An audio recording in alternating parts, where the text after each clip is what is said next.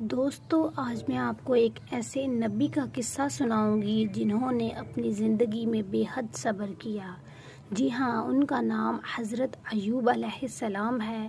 اللہ نے انہیں مال، اولاد، صحت، ہر نعمت سے نوازا تھا۔ گاؤں کے گاؤں ان کے غلام، کھیتوں کے کھیت، مویشیوں کے ریوڑ، لیکن اللہ نے جب آزمایا تو ایسا آزمایا کہ مثال بن گئی۔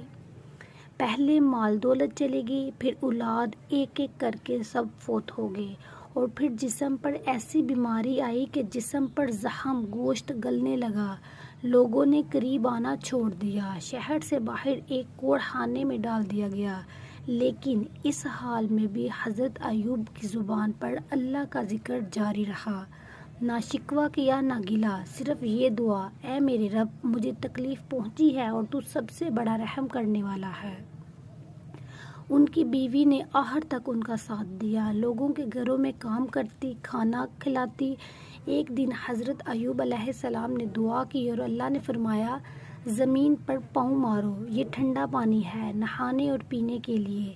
جیسے ہی انہوں نے پانی سے غسل کیا، سارے زخم ٹھیک ہو گئے۔ اللہ نے مال بھی واپس دے دیا، اولاد بھی اور صحت بھی۔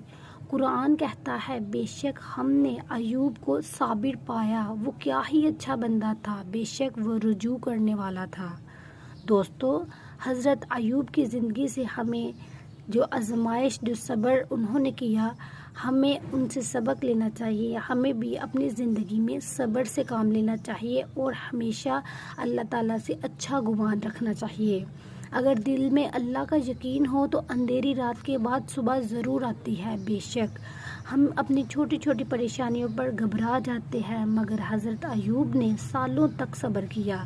آج ہم بھی دعا کرتے ہیں کہ اللہ ہمیں صبر اور شکر کرنے کی توفیق دے۔ آمین ثم آمین۔ جزاک اللہ، شکریہ۔ ویڈیو اگر اچھی لگے لائک اور سبسکرائب ضرور کریں۔